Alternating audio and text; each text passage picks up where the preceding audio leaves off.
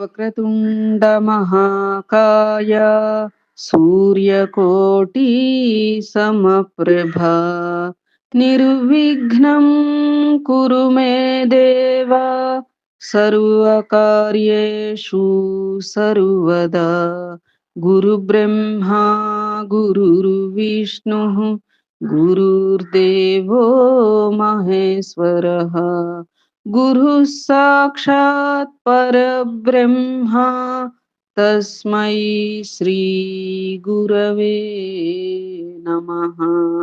శరదా శరదాంభోజ వదనా వదనాంబుజే సర్వదా సర్వదాస్మాకం సన్నిధిః సన్నిధిం క్రియాత్. ఓం గం గణపతయే నమః. సద్గురవే నమః.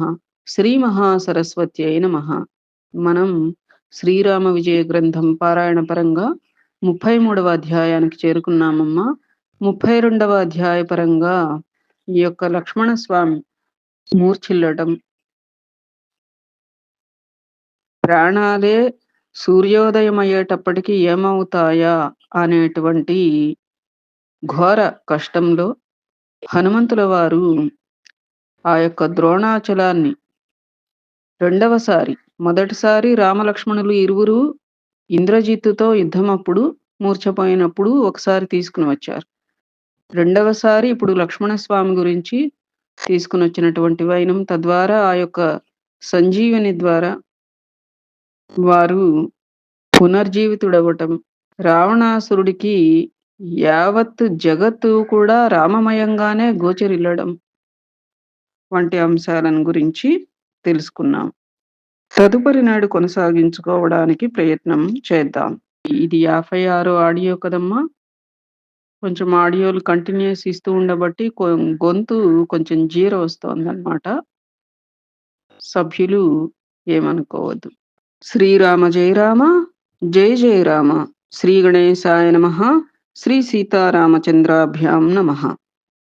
సూర్యకుల భూషణుడు, జానకీ నేత్ర సరోజాలకు సూర్యుని వంటి వాడు, స్కందుని తండ్రికి మిత్రుడు, సూర్యకులోద్ధారకుడు, బ్రాహ్మణ శ్రేయోభిలాషి, సౌమిత్రాగ్రజుడు శ్రీరాముడు భక్త మానస చకోర చంద్రుడు, త్రివిధ తాపాలను నశింపచేయువాడు, ఆనంద సముద్రుడు, భరత హృదయారవింద భ్రమరమైన వాడు, భవభయహరుడు, రాజీవాక్షుడు, ముముక్షువులనే చేతకాలకు మేఘం వంటి వాడు, సకల కళాతీతుడు, అనంగుడు, ఆనందమయుడు, నిర్మలుడు, నిస్సంగుడు, అక్షయుడు, అభంగుడు, నిశ్చింతుడు, రణరంగధీరుడైన రఘునందనునికి ప్రణతులు.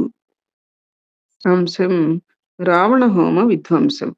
ముందు అధ్యాయాన్ని అనుసరించి హనుమంతుడు ద్రోణాద్రిని తెచ్చి సౌమిత్రిని కాపాడినాడు. తరువాత విభీషణుడు రామునితో, రణరంగానికి రావణుడు రాలేదు, ఇంద్రజిత్తు వలె రహస్యంగా ఏదో యజ్ఞం చేస్తున్నాడు, ఆహుతుల పరిమళాలు గుబాళిస్తున్నాయి, ఆకాశమంతా పొగలు వ్యాపించాయి, అగ్నిలో నుండి ప్రకాశవంతమైన రథం సహం బయటకు వచ్చింది. పూర్ణాహుతి అయితే రథం సంపూర్ణంగా వెలువడుతుంది. ఆ యజ్ఞం పూర్తి కాకముందే అక్కడికి వెళ్ళి యాగాన్ని సర్వనాశనం చేయాలి అంటూ 10 మంది కపివీరులను ఆయత్తం చేశాడు. వారు వరుసగా నలుడు, నీలుడు, జాంబవంతుడు, అంగదుడు, హనుమంతుడు, గవయుడు, గవాక్షుడు, గంధమాదనుడు, శరభుడు, కేసరి, పావకలోచనుడు అందరూ రఘువీరునికి నమస్కరించి బయలుదేరారు. ఆ 10 మంది క్షణంలో దశదిశలు జయించి రాగల ధీరులు. వెంటనే ఆకాశంలోకి ఎగిరి దశముఖునిపైకి దండెత్తినారు. పక్షి ఆకాశంలో ఎగిరినట్లు క్షణంలో వారు లంకను చేరి రావణునికై ప్రతి ఇల్లు శోధించారు. కనపడిన రాక్షసులనెల్లా రావణుడు ఎక్కడ ఉన్నాడో వెంటనే చూపమని చావబాదారు. లంకంతా శోధించిన రావణాసురుని జాడ తెలియలేదు.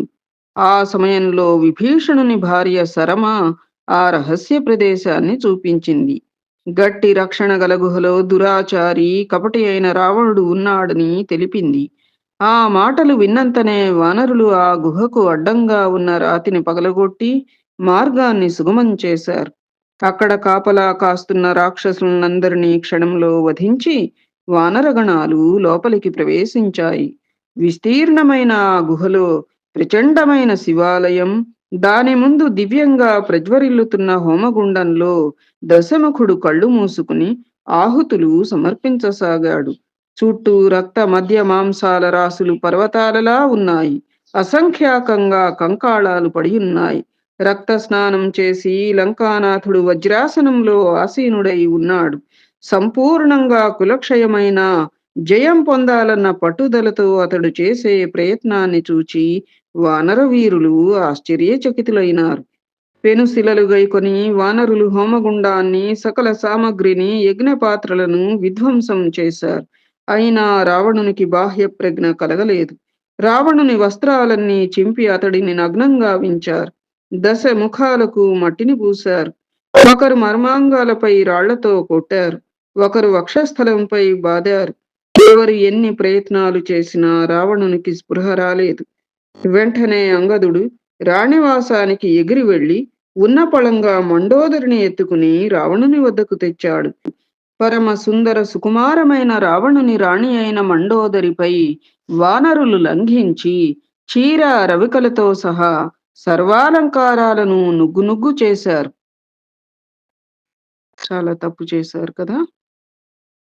అయితే ఒకటి, సీతాదేవిని వాళ్ళంతా అంత క్షోభ పెట్టడం చూసి ఆ యొక్క మండోదరిని బాధ పెడితే ఆ బాధ ఎలా ఉంటుంది అని రావణునికి తెలియటం కోసం కూడా వాళ్ళందరూ అలా చేసి ఉండొచ్చేమో కదమ్మా.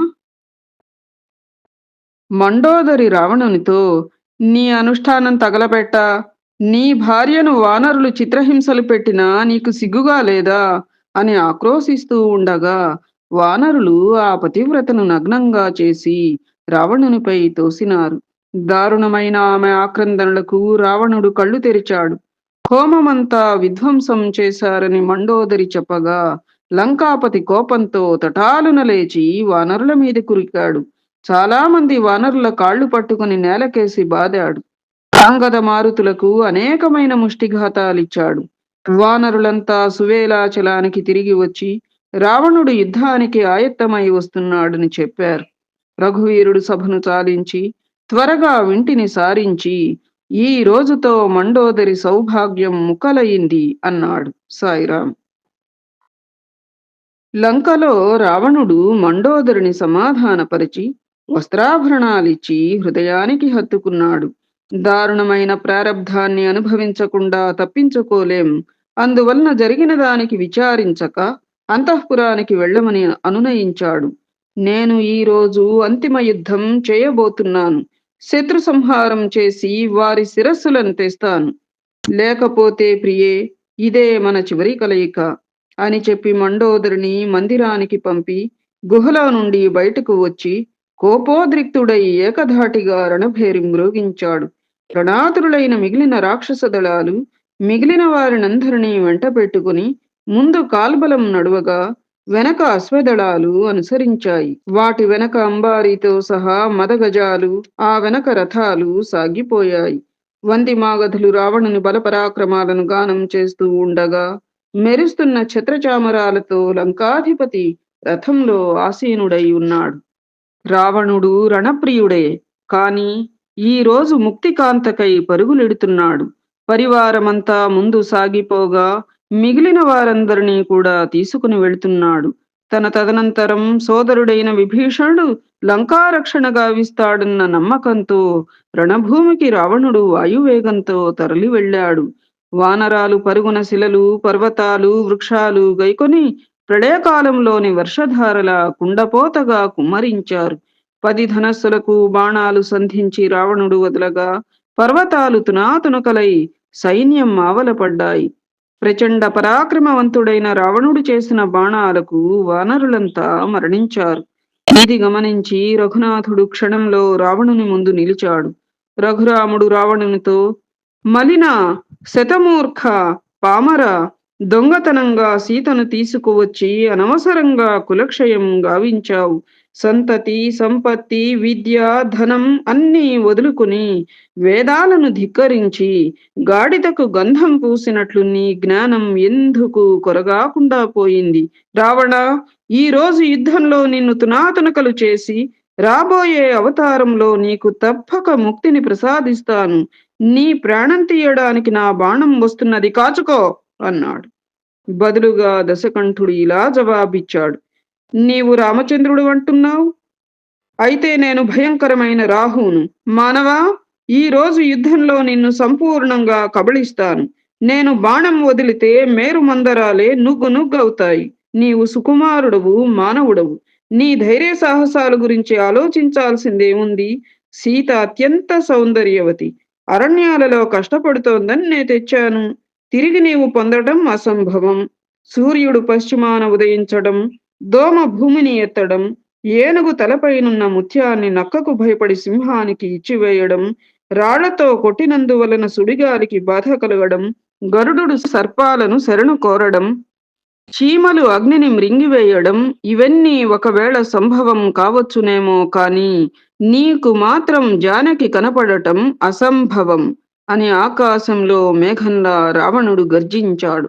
బదులుగా రఘువీరుడు, దశకంఠ, నీకు మరణకాలం ఆసన్నమై దారి తప్పావు. నా బాణం తిరుగులేనిది. ఈ రోజు యుద్ధంలో నీవు రామబాణ ధాటిని తెలుసుకుంటావు అంటూ ప్రచండమైన కోదండాన్ని చేపట్టి రాముడు టంకారం చేశాడు.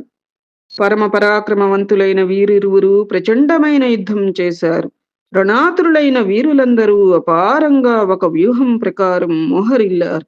ఆ భీకర సంగ్రామానికి భూమి కూడా అనుక్షణం కంపించింది. కాగడాల వెలుగులో ఉభయుల ధనస్సులు, రాజముద్రికలు మెరుపుల్లా మెరుస్తున్నాయి.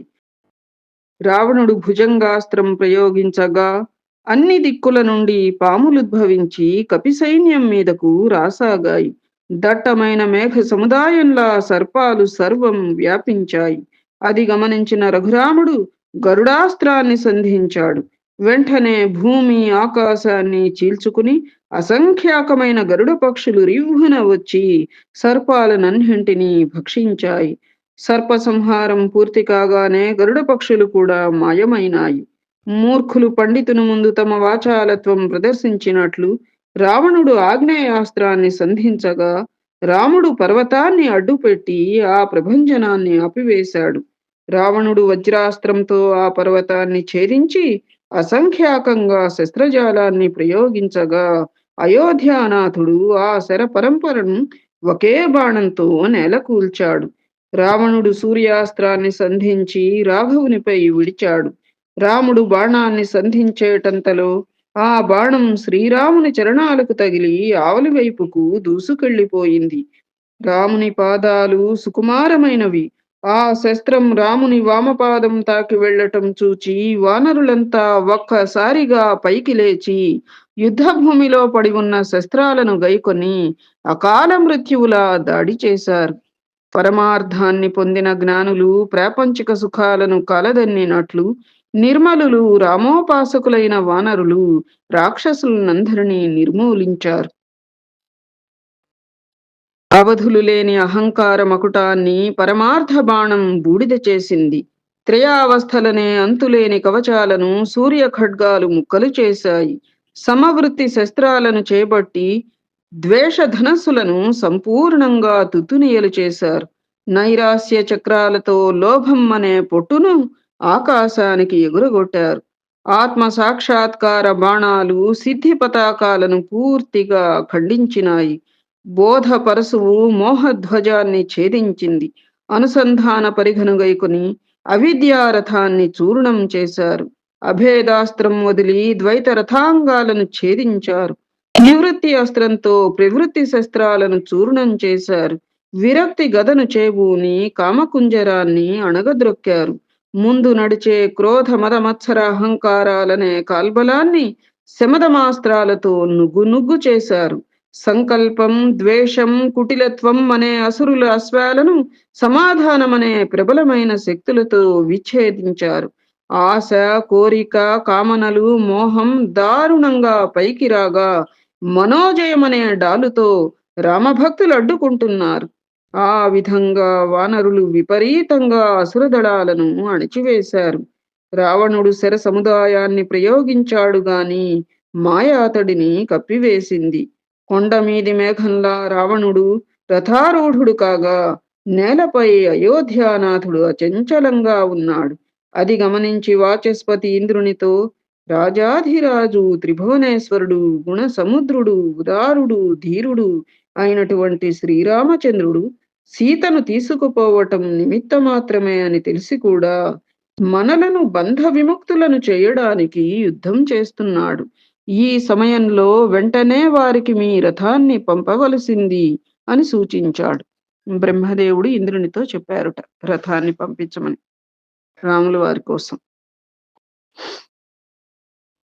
సారథ్యంలో నిపుణుడైన మాతలిని తత్క్షణమే పిలిపించి సహస్రనయనుడు ఇలా అన్నాడు. శస్త్రాస్త్రాలన్నీ నింపి దివ్యాశ్వాలను పూంచి తళతళలాడే నా రథాన్ని వెంటనే త్రికూట పర్వతం వద్దకు తీసుకుని వెళ్ళవలసింది అని. అనుమతి గైకొని నమస్కరించి వెంటనే మాతలి వేగంగా వెళ్ళిపోయాడు. కన్ను మూసి కన్ను తెరిచేంతలో రథం రాముని వద్దకు వచ్చింది. మాతలి రథం దిగి శ్రీరామునికి ప్రణామం చేసి, రాజీవాక్ష, తమాలనీల, తమరు రథాన్ని అధిరోహించి యుద్ధం చేయవలనని దేవేంద్రుడు తన రథాన్ని పంపాడు. నా పేరు మాతలి, యుద్ధభూమంతా రథంలో త్రిప్పగలను అని పలుకగా జగదాత్మయైన రఘువీరుడు ఎంతో ఆనందించాడు. ఆకలిగొన్నవానికి సమయానికి అన్నం పెట్టినట్లు, దప్పికగొన్నవానికి చల్లని నీటిని ఇచ్చినట్లు, రోగికి మేలిమి మందు దొరికినట్లు, మరణించేవానికి అమృతం దొరికినట్లు, దరిద్రునికి ధనం లభించినట్లు, యుద్ధంలో సహాయం లభ్యమైనట్లు పురంధరుడు సమయోచితంగా స్యందనాన్ని పంపాడు. అతడి జన్మ ధన్యమైంది.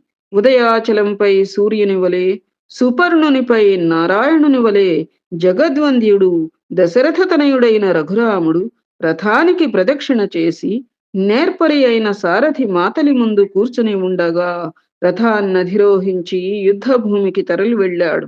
రఘురాముడు రథాన్నధిరోహించటం చూచి వానర సైన్యమంతా ఆనందించింది. సంపూర్ణంగా రామునికి చేయూతనిచ్చిన శచీపతి జన్మ ధన్యమైంది అని కొనియాడినారు.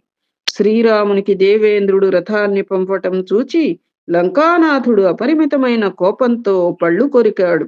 రాజహంసను చూచి కాకి కుమిలిపోయినట్లు, భాగ్యవంతుని చూచి దుర్జనులకు అమితమైన ద్వేషం రగిలినట్లు, మహాత్ముల మహిమలు చూచి పతితులు ఓర్వలేనట్లు, శివ ప్రతిమను కళ్ళారా చూచి మ్లేచ్ఛులు దుఃఖించినట్లు, హరికీర్తన విని భూత ప్రేతాల మనస్సు విరిగిపోయినట్లు రాముని రథాన్ని చూచి రావణుడు క్షోభిల్లినాడు.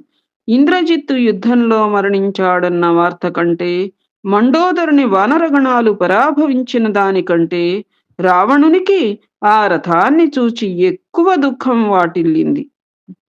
రావణుడు అంటే భయంకరమైన అసూయ, ద్వేషం, ఈర్ష్య వాట్లకి ప్రతిరూపమే రావణుడు. కాబట్టి ఆ రకంగా ఈ రామచంద్రుడు ఆ రథాన్ని అధిరోహించేటప్పటికి వాడు తట్టుకోలేకపోతున్నాడనమాట. ఆ విధంగా విపరీతమైన కోపంతో రావణుడు బాణం వెంట బాణం వదలగా రాముడు గురి తప్పకుండా అన్నింటినీ తునాతునకలు చేశాడు.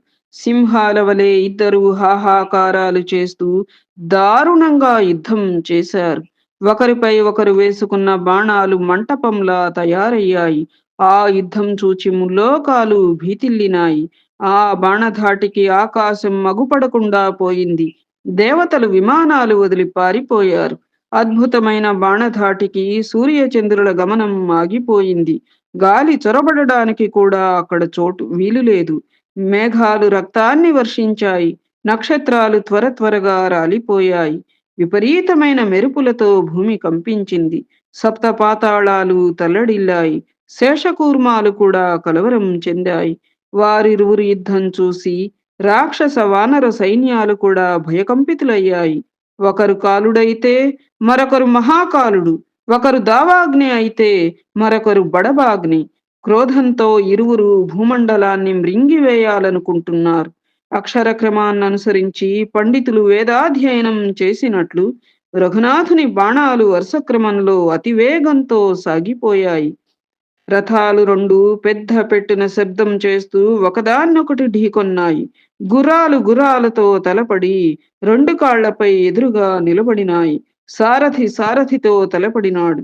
ఇరు పక్షాలలో ఆవేశం అమితంగా ఉంది. ఇరు వర్గాలు కల్లోలపూరితులై హాహాకారాలు చేస్తున్నాయి. పండితులు అవిశ్రాంతంగా వాదిస్తూ వాదన నుంచి ఒక్క క్షణం ప్రక్కకు వెళ్ళినట్లు పరమ చతురుడైన సారథి రథాన్ని ప్రక్కకు తిప్పి మళ్ళీ ముందుకు దూకిస్తున్నాడు.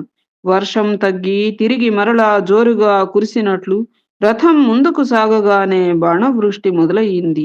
సముద్రం పోటెత్తినప్పుడు అలల ఒడ్డుకు విరుచుకుపడ్డట్లు రథికులు ఒకరిపై ఒకరు సంధించుకున్న బాణాలు ఉవ్వెత్తున పడుతున్నాయి. ముందుకు విరుచుకుపడ్డాల వెనుకకు వెడుతున్నట్లు రథికుల చాపంలోని అల్లెత్రాడు సంచరిస్తున్నది. అహోరాత్రాలు 7 దినాల పాటు యుద్ధం చేసిన రామరావణులు ఇరువురు క్షణమాత్రం కూడా విశ్రాంతి తీసుకోలేదు. అకస్మాత్తుగా రాముడు 4 బాణాలు సంధించి వదలగా అవి రథానికున్న గుర్రాలను ఛేదిస్తూ వెళ్ళాయి. వెంటనే రావణుడు క్షణంలో నూతనాశ్వాలను రథానికి పూంచాడు. అప్పుడు నరవీర శ్రేష్ఠుడైన రాముడు అ- అర్ధచంద్ర బాణాన్ని గైకొని నవగ్రహాలలోని ఆదిత్యుని వలె శరాస్త్రం సంధించి మనోవేగంతో వదిలాడు. వెంటనే రావణుడు క్షణంలో అర్ధచంద్ర బాణాన్ని ఖండించగా రాముడు తీక్షణమైన శక్తిని ప్రయోగించాడు. అది రావణుని హృదయంలో గుచ్చుకుని రావణుని 10 తలలను ఖండించింది. కాని వెంటనే 10 తలలు యథావిధిగా మొలుచుకొచ్చాయి.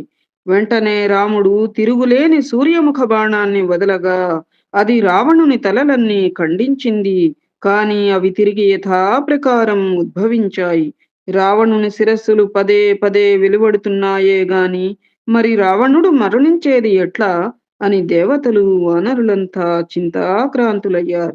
రాజాధిరాజైన రఘునాథుడు క్షణకాలం చింతిల్లగా అది గమనించి సారథి అయిన మాతలి అనంతకోటి బ్రహ్మాండ నాయక సకల చిత్త పరీక్షక మొదట అమృత భాండాన్ని పగలగొట్టు, తలలన్నీ నేలరాలుతాయి అని సలహా ఇచ్చాడు.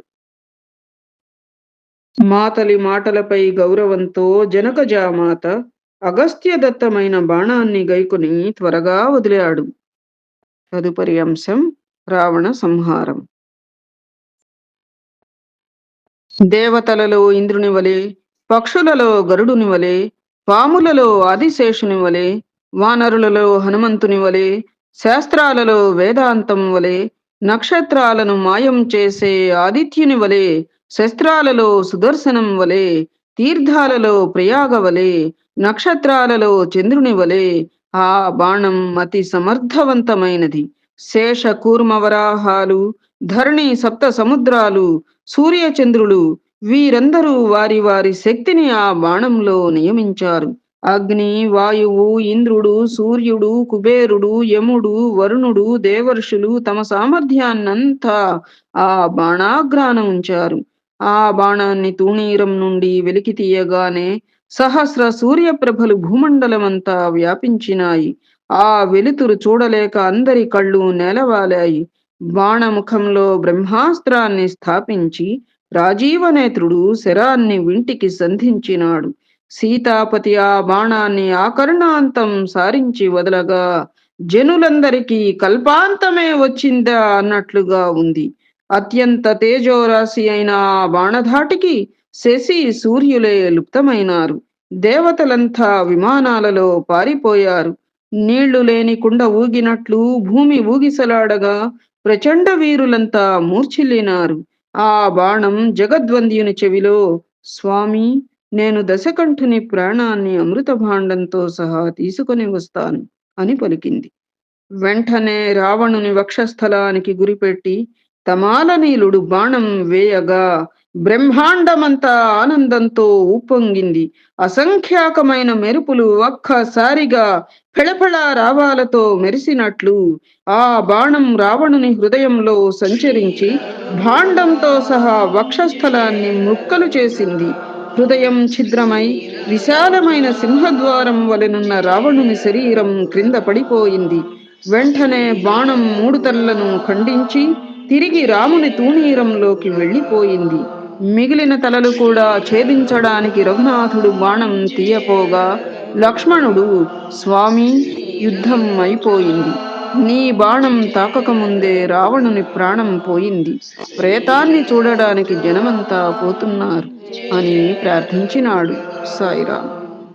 తూణీరంతో సహా ధనస్సును సౌమిత్రికిచ్చి రాముడు నేటితో తన అవతార కార్యం ముగిసింది అని అన్నాడు.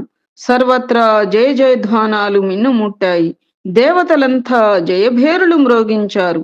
దుందుభుల నాదాలతో బ్రహ్మాండమంతా దద్దరిల్లింది.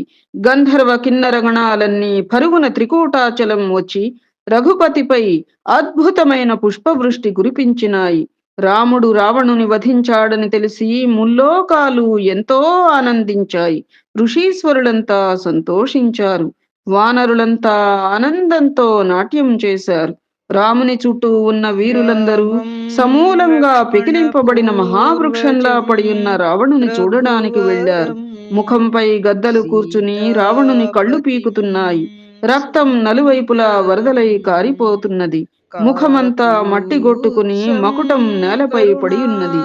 ఆ స్థితిలో అందరూ రావణుని పరికిస్తూ ఉంటే విభీషణునికి దుఃఖం పొంగి పొర్లింది. నేలపై పడి రెండు చేతులతో గుండెలదుముకుంటూ, నీవు గతించిన తరువాత దిక్కులన్నీ శూన్యంగా గోచరిస్తున్నాయి. నీ ప్రతాపం అమోఘమైనది. నీ కోపం బడబానలంతో సమానం. నీ నైపుణ్యం సాగరసమం. వేదాలనే ఖండించిన వాడవు. దారుణమైన తపమనరించి సంపూర్ణంగా సంతతి సంపత్తులను అనుభవించి దేవతల గర్వమడంచి బందీలుగా చేశావు. నీ కారణంగా ఆది పురుషుడు రాఘవుడిగా అవతరించాడు. నిర్గుణుని సగుణునిగా చేసి లంకేశుడు అద్భుత కార్యాన్ని సాధించినాడు. నిర్వికారుడైన పరమపురుషుని ప్రత్యక్షంగా చూపించినాడు. జానకిని తెచ్చి మాకందరికీ ఉపకారం చేశాడు. వేదవంద్యుడైన రాజీవనేత్రుని మా ప్రాణమిత్రుని చేశాడు. సుగ్రీవునితో సహా మాకందరకు రావణుడు ఎంతో మేలు చేశాడు. రావణ, పరబ్రహ్మ, చిత్స్వరూపమైన రాముడు నీ వలన అవతారం ధరించి నీ కీర్తిని ఆచంద్రార్కం పెంపొందించాడు అని విలపించసాగాడు. ఇక్కడ విభీషణుడు చేసింది ఏమిటమ్మా? మనం జ్ఞానేశ్వరి భగవద్గీతలో చెప్పినట్లుగా అకర్మలలో కర్మ అనేది ఆయన చూపించారు. రావణుడి యొక్క అకర్మల నుంచి కర్మని జగత్తుకి ఎట్లా వచ్చింది అనేది చెప్పారు కదా. శ్రీరాముడు విభీషణునితో, నీవు వివేకమూర్తివి, నశ్వరమైన దాన్ని గురించి ఎందుకు శోకిస్తావు? అంతటా వ్యాపించి ఉన్న ఈ జగత్తు, అంబరం అన్నీ ఎండమావి వలె మిథ్యయే. వంధ్యావల్లి ఫలం వలె మూలంలోనే అంత అసత్యం. అండపిండ బ్రహ్మాండం ఆకారం నశించిపోయేదే, నిరాకారమే సత్యం. మూలంలోనే అశాశ్వతమైన దాన్ని గురించి చింతించటం ఎందుకు అని రఘునందనుడు విభీషణుని ఓదార్చినాడు. ఇంతలో స్త్రీజనంతో సహా మండోదరి పరుగున అక్కడికి వచ్చింది. పతిప్రేతాన్ని కౌగలించుకుని మండోదరి శోకించుచుండగా మిగతా 1000 మంది స్త్రీలు రోదిస్తూ వక్షస్థలాన్ని బాదుకోసాగారు. మండోదరి, ప్రాణనాథ, నీవు లేక మేమందరం అనాథలం. జయలక్ష్మిని రఘునాథునికి అర్పించి అల్లునిగా చేసుకున్నావు. లంకా గజమస్తకం పైకి రఘునాథ కేసరి లంఘించి దివ్యమైన ముత్యాన్ని తీసి యుద్ధభూమిలో పారవేశాడు. సౌభాగ్య నావయైన లంకానాథుడు నేడు అకస్మాత్తుగా మునిగిపోయాడు. వేద భాండారమంతా నేడు యుద్ధభూమిలో వీగిపోయింది. సీత కారణంగా రఘునందనుని లంకకు రప్పించి బాహ్యంగా విరోధం నటిస్తూ ఆంతర్యంలో భజిస్తూ వ్యవహరించావు. పనస చూడటానికి ముళ్ళ మాదిరి ఉన్నా లోపల మధురంగా ఉంటుంది. అలాగే నీవు బాహ్యంగా విరోధం నటించావు అంటూ రోదిస్తున్న మండోదరిని అందరూ గుంపుగా చేరి అవలోకించసాగారు. సాయిరాం. ఆ సమయంలో విభీషణునితో రాముడు, మీ అన్నగారి రాణి మండోదరి జ్ఞానఖని, పతివ్రతా శిరోమణి. ఆమెను స్మరిస్తే దోషాలు నశించిపోతాయి. ఈమెను ప్రాతకాలంలో స్మరిస్తే పాపులుద్ధరించబడతారు. నీవు ఆమె చేయి పట్టుకుని తన మందిరానికి తీసుకువెళ్ళు అన్న రఘునందనుని మాటలు విని విభీషణుడు మండోదరి చెంతకు వచ్చి ఆమె చేయి పట్టుకుని, అమ్మా, మందిరానికి పోదాం పదా అని అన్నాడు. మండోదరితో రఘురాముడు, తల్లి, నీవు జ్ఞానఖనివి, అంతర్ముఖివై అద్వైత జ్ఞానాన్ని పరిశీలించమ్మా. అహంకారం త్రుటిలో నశించేది, ఆత్మస్వరూపమే శాశ్వతమైనది, అది తెలిసి శోకించడం వ్యర్థం అని అనునయించాడు. మయకన్య తేరుకుని శ్రీరామచరణాలకు నమస్కరించి తన మందిరానికి బయలుదేరింది. మండోదరితో సహా మిగిలిన స్త్రీలను విభీషణుడు వారి వారి మందిరాలకు పంపేశాడు. అనంతరం అనుమతి గైకొని లంకాధిపతి శరీరాన్ని పవిత్ర సాగర తీరమైన సింధు సంగమంలో ఉంచి ప్రళయాగ్నిలా చితిపేర్చి రాజకళేబరాన్ని ఉంచారు. స్వయంగా బ్రహ్మ ఏం చేయాలో చెబుతూ ఉండగా విభీషణుడు ఉత్తర క్రియలు యథావిధిగా నిర్వర్తించాడు. అటు పిమ్మట విభీషణుడు త్రికూటాచలానికి తిరిగి రాగా లంకలోని ప్రజలు విభీషణుని కలవడానికి విచ్చేశారు. ప్రధాని విద్యుజ్జిహ్వుడు మిగతా రాక్షస సైన్యగణం శ్రీరాముని సమీపించి సాష్టాంగపడినారు. అగ్ని కట్టెలనన్నింటినీ పూర్తిగా కాల్చి భస్మం చేసినట్లు రావణుడు యుద్ధంలో సంహరింపబడటంతో సూర్యోదయంతో చీకట్లు తొలగినట్లు, జ్ఞానోదయంతో అజ్ఞానం నశించినట్లు శత్రుత్వం అంతటా అంతరించింది.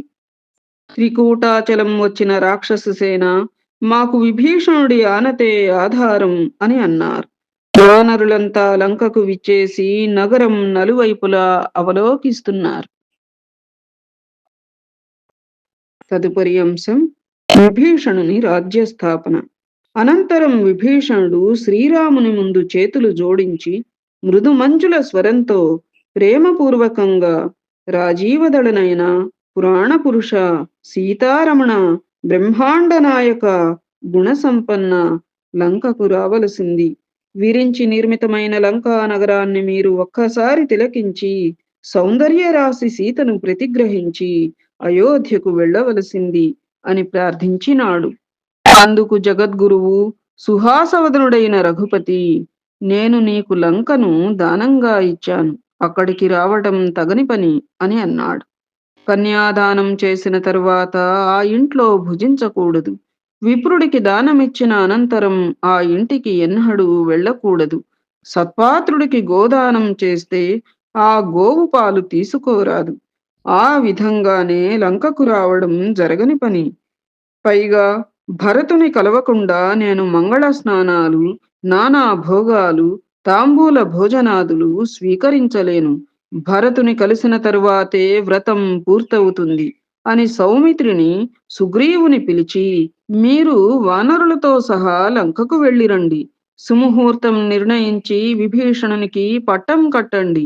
బందీలుగా ఉన్న రాజులను, దేవతలను విముక్తుల చేయండి. అనేక వస్తువులను రావణుడు బలవంతంగా లంకలో ఉంచాడు.